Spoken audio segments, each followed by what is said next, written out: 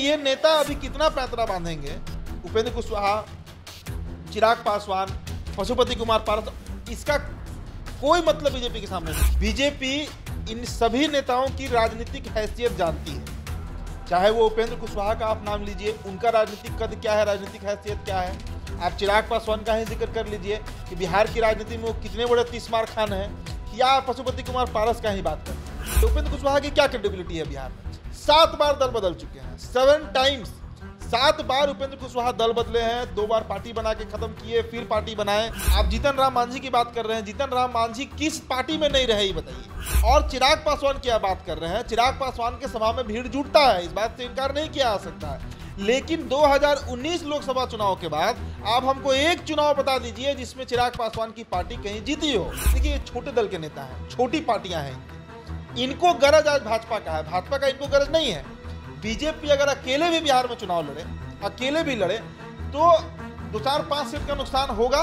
इसलिए बीजेपी पहला प्रायोरिटी हाजीपुर का जहां तक बात है पशुपति कुमार पारस को देगा, जमुई में चिराग को देगा और उजियारपुर में नित्यानंद राय को देगा, या बीजेपी का कोई और प्रत्याशी लड़ेगा। इन दावों का कहीं कोई सर पैर नहीं है, ना 9 है, ना 6 है, ना 3 में है, ना 13 में है। कभी भी नरेंद्र मोदी या भाजपा जो है वो दलित समाज के बीच ये मैसेज नहीं देना चाहेंगे कि हमने एक दलित का हक मारकर दूसरे को दे दिया। चिराग की पार्टी में अगर चिराग पासवान को हम साइड कर दें तो सेकंड कैडर का लीडर ही नहीं है वहां पर। बहुत बड़ा एक स्पेस बन जाता है। एक अरुण बाबू का आप नाम लिए, वो है, इसमें दो राय नहीं है कि उनका कद बहुत बड़ा है बिहार की राजनीति में, लेकिन उसके बाद और कोई नेता कहां बचता। देखिए, बीजेपी 10 सीट देगी, 10 सीट में ये तमाम लोग लड़ेंगे, चाहे वो पशुपति कुमार पारस हो, चिराग पासवान हो, जीतन राम मांझी हो, उपेंद्र कुशवाहा हो सकता है मुकेश सहनी की भी एंट्री हो जाए, लेकिन 10 सीट के अंदर ही। नमस्कार, मैं हूं अमृतेश और आप देख रहे हैं द बिहार टॉप। लोकसभा 2024 के चुनाव के लिए सारी पार्टियां अपने दमखम से, एक तरफ इंडिया अलायंस है तो दूसरी तरफ एनडीए, सारी पार्टियां जोरों तोरों से तैयारी कर रही है। लेकिन इसी बीच बिहार में एनडीए के सामने एक बड़ी समस्या आ रही है। समस्या यह है कि उजियारपुर से अभी सांसद है नित्यानंद राय, जो केंद्रीय राज्य मंत्री हैं, और उस सीट पे उपेंद्र कुशवाहा दावा कर रहे हैं। वहीं दूसरी तरफ जमुई से सांसद है चिराग पासवान, जो कि एलजेपीआर के राष्ट्रीय अध्यक्ष हैं, वहां से जीतन राम मांझी, हम के लीडर, वो दावा कर रहे हैं। और वहीं तीसरी तरफ हाजीपुर से चिराग पासवान, जो कि पशुपति पारस का सीट है, वहां से चिराग पासवान दावा कर रहे हैं। अब इन सारे मसलों पे बात करने के लिए हमारे साथ हमारे सहयोगी उदिप तारन। उदिप जी, क्या लगता है कैसे सुलझाएगी भाजपा इसको, क्योंकि ये तीनों, और किसके साथ जाएगी? एक तरफ चिराग पासवान है, जीतन राम मांझी हैं, नित्यानंद राय उनके नेता हैं, उपेंद्र कुशवाहा सहयोगी दल में है, पशुपति पारस, और यहाँ चिराग पासवान। कैसे सुलझेगा ये? देखिए, कोई बहुत बड़ा मसला ये बीजेपी के लिए है नहीं।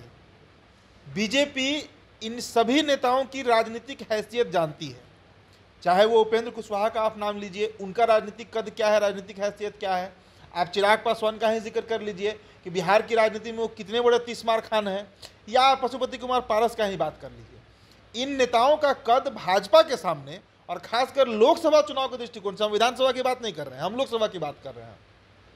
लोकसभा चुनाव की तो स्थिति ऐसी है अमृतेश कि लोकसभा चुनाव में तो बीजेपी के कई सांसद हैं जो मोदी कृपा पे सांसद बन के बैठे हुए हैं।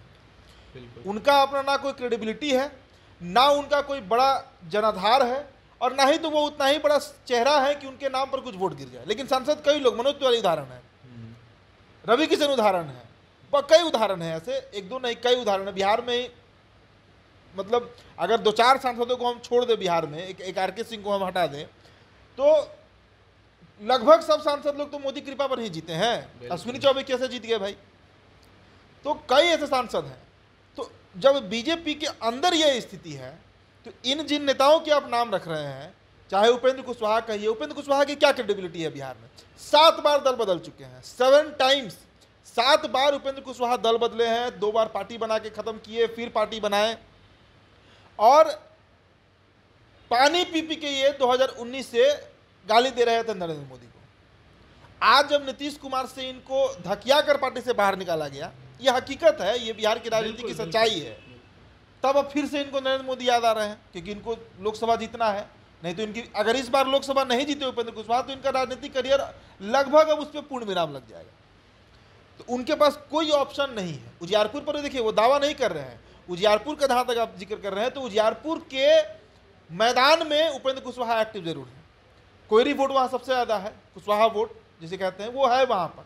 तो उपेंद्र कुशवाहा दावेदारी नहीं कर रहे हैं, लेकिन चाह जरूर रहे हैं कि उनको उजियारपुर मिल जाए, आसान सीट हो जाएगा उनके लिए, नहीं तो फिर काराकाट।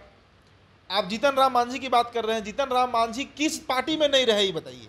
1980 से लेकर 1990 तक 1997 तक लगभग 1990 तक कांग्रेस में रहे, 90 से 97 तक जनता दल में रहे, 97 से 2005 तक आरजेडी में रहे, 2005 के बाद जेडीयू में आए, उसके बाद अपना पार्टी बना लिए। तो इनका राजनीतिक करियर अगर आप देखिए तो किसी पार्टी में तो ये टिके नहीं। और इनका दावा है जमुई लोकसभा सीट पर, इनका कहना है कि भोला मांझी वहां से सांसद रहे हैं, इसलिए जमुई का सीट जो है वो मुसहर भुइयां का सीट है, वो पासवान दुसाद का सीट नहीं है। तो दावा करने में थोड़ा ना पैसा लग रहा है, और ना दावा करने में कोई मतलब बड़ा स्टंट इसको माना जाएगा। दावा कर दिए कि जमुई पर है। और चिराग पासवान की बात कर रहे हैं, चिराग पासवान के सभा में भीड़ जुटता है, इस बात से इनकार नहीं किया जा सकता है। लेकिन 2019 लोकसभा चुनाव के बाद आप हमको एक चुनाव बता दीजिए जिसमें चिराग पासवान की पार्टी कहीं जीती हो, एक चुनाव बता दीजिए। कुशेश्वर स्थान और तारापुर के उपचुनाव को मैंने कवर किया 7 दिन रह के। चिराग वहां पर कैंप कर रहे थे, 5300 वोट आया था, 4200 वोट आया था, जमानत तक नहीं बचा था इनकी पार्टी का। उसके बाद आप किसी भी चुनाव का जिक्र कर लीजिए ना, कहाँ 2020 के विधानसभा चुनाव में 136 सीटों पर चुनाव लड़े, 2/3 सीट पर इनका जमानत जब्त हो गया। तो भीड़ जुटना और वोट में वो कन्वर्ट होना, ये दो अलग अलग बातें हैं। चिराग पासवान 2020 विधानसभा चुनाव में इनको 24 लाख के आसपास वोट आया था, जो करीब करीब 5% के आसपास वोट होता है। तो चिराग पासवान को ये बात लगने लगा कि जो बिहार के 5-6% दुसाध हैं, पासवान है, वो इनके साथ है। लेकिन ये तो बात बार बार गलत साबित हुआ है। कई उपचुनाव हुए बिहार में, कहाँ जीत पाया लोग। मोकामा में ही जो कहा गया कि बीजेपी जीत जाएगी, चिराग वहां पर स्टार कैंपेनर है, कहाँ मोकामा जीत पाए बीजेपी। बिल्कुल। तो आप इस बात को समझिए कि इन नेताओं की, देखिए ये छोटे दल के नेता हैं, छोटी पार्टियां हैं इनकी, इनको गरज आज भाजपा का है, भाजपा का इनको गरज नहीं है। बीजेपी अगर अकेले भी बिहार में चुनाव लड़े, अकेले भी लड़े, तो 2-4-5 सीट का नुकसान होगा, लेकिन फिर भी वो सम्मानजनक से। देखिए 17 ही सांसद ना भाजपा के बिहार में है, 40 में बीजेपी के सांसद हैं कितने बिहार में? 17 अगर बीजेपी जीत जाएगी तो जो आंकड़ा केंद्र में 303 का है उस पर तो कोई असर बिहार से नहीं पड़ना है, और 17 बीजेपी अकेले भी जीत सकती है। इसलिए ये नेता अभी कितना पैंतरा बांधेंगे, उपेंद्र कुशवाहा, चिराग पासवान, पशुपति कुमार पारस, इसका कोई मतलब बीजेपी के सामने नहीं। आप देखिए ना, एक बार अमित शाह आए, नवादा में डंगे की चोट पर कहा के चले गए कि हाँ मेरा प्रत्याशी लड़ेगा। कोई प्रतिक्रिया आया क्या पशुपति कुमार पारस की तरफ से? कोई प्रतिक्रिया आया क्या चिराग पासवान की तरफ से? प्रतिक्रिया नहीं आएगा। इनको पता है कि भाई अगर अमित शाह कह रहा है, वो व्यक्ति देश का गृह मंत्री है, कि नवादा हम लड़ेंगे, तो मतलब नवादा भाजपा लड़ेगी, वहां पर पशुपति पारस या किसी का नहीं चलेगा। और जहां तक सिटिंग एमपी का बात कर रहे हैं, देखिए उजियारपुर से सिटिंग एमपी नित्यानंद राय है, बिल्कुल, वहां से जब लड़ेगी तो भाजपा लड़ेगी। भले हो सकता है कि नित्यानंद राय का टिकट कट जाए, उनको कहीं और का सीट मिल जाए, लेकिन वहां से लड़ेगा बीजेपी का ही प्रत्याशी। जमुई से चिराग पासवान सांसद हैं, तो ये बात मानकर चलिए कि वहां पर कितना भी मांझी जी दावा ठोक ले, जमुई का सीट चिराग पासवान को बीजेपी पहला प्रायोरिटी देगी। हाजीपुर का बात कीजिए, वहां पर सिटिंग एमपी कौन है?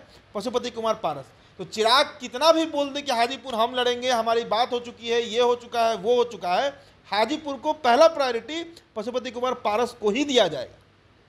ये तो तथ्यात्मक रूप से भी सही है ना उदित जी, कि अगर मान लीजिए कि आज के डेट में चिराग जी सीट का जितना डिमांड करते हैं, अगर उनको सीट दे दिया भी जाए तो उनके पास नेता नहीं है। ये भी एक बड़ा सवाल है। पशुपति पारस के पास तो कम से कम 5 सीटिंग हैं, एमपी उनके पास हैं, जो कि नेता हैं, जो कि अच्छे कद्दावर नेता हैं। चाहे वो बात आप नवादा से चंदन सिंह सूरजवान सिंह के भाई हैं, चाहे आप वैशाली से बीना देवी की बात कीजिए, प्रिंस पासवान है, पशुपति पारस है, महबूब अली, मतलब सबका अपना हैसियत है। हाँ, बिल्कुल। तो चिराग पासवान के पास तो अगर ढंग से बोलिए तो अरुण कुमार छोड़ के कोई चेहरा भी नहीं दिखता है। देखिए एक बात स्पष्ट तौर से समझना होगा, चिराग की पार्टी भले ही 6 सीट का दावा करे, भाजपा इनको 3 सीट से अधिक इस पार्टी को नहीं देने जा रही है, लोजपा रामविलास को।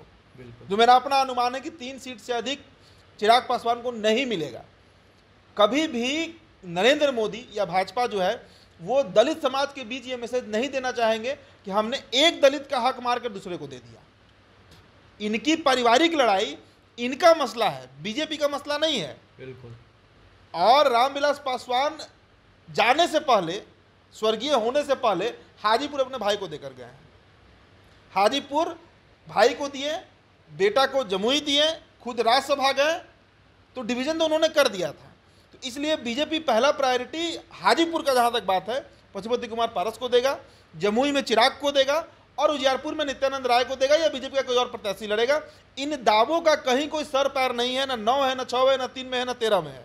समझिए कि कौन कहाँ से लड़ेगा नहीं लड़ेगा। इसलिए ये बहुत तथ्यात्मक बात नहीं है कि कौन नेता कहाँ से दावा कर रहा है। आरा से पवन सिंह दावा कर रहे हैं, कोई कहीं से दावा कर रहा है, और बक्सर में सुनने में आया कि बक्सर से मनोज तिवारी लड़ेंगे, अश्विनी चौबे का टिकट कट रहा है, कई तरह की चर्चाएं चल रही हैं। लेकिन अंतिम मुहर दिल्ली से लगेगा, बीजेपी लगाएगी। और ये बड़ा आपने रिलेवेंट बात कहा कि चिराग के पास प्रत्याशी कहाँ है।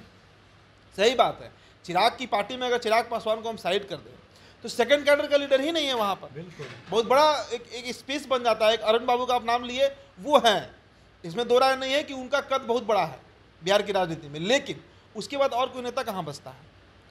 तो ये सब दावे जो हैं इनका कोई सर पैर नहीं है। समय आने पर पता चल जाएगा कि बीजेपी, देखिए बीजेपी 10 सीट देगी, 10 सीट में ये तमाम लोग लड़ेंगे, चाहे वो पशुपति कुमार पारस हो, चिराग पासवान हो, जीतन राम मांझी हो, उपेंद्र कुशवाहा हो सकता है मुकेश सहनी की भी एंट्री हो जाए, लेकिन 10 सीट के अंदर ही। 10 सीट से अधिक बीजेपी नहीं देने जा रही। हो सकता है कि 8 सीट में भी इन लोगों को निपटा दे, खुद 32 सीट पर चुनाव लड़ जाए। तो इन दावों का कोई बहुत मतलब नहीं है और बहुत विश्लेषण का विषय भी नहीं है कि कौन कहाँ से दावा कर रहा है नहीं कर रहा है। समय आने पर बीजेपी इन लोगों को बता देगा। तो इन दावाओं का कोई मतलब नहीं है, और ये भी हकीकत है कि अगर दावा करना आप स्वतंत्र है, कोई भी कहीं से दावा कर सकता है, कोई भी कहीं पे कैंपेन कर सकता है, लेकिन अंतिम मुहर जो लगेगी वो दिल्ली से ही लगेगी और वो भारतीय जनता पार्टी के नेता ही तय करेंगे। फिलहाल इस खबर में इतना ही। आपकी क्या राय है, आप हमें कमेंट बॉक्स में बताएंगे। धन्यवाद।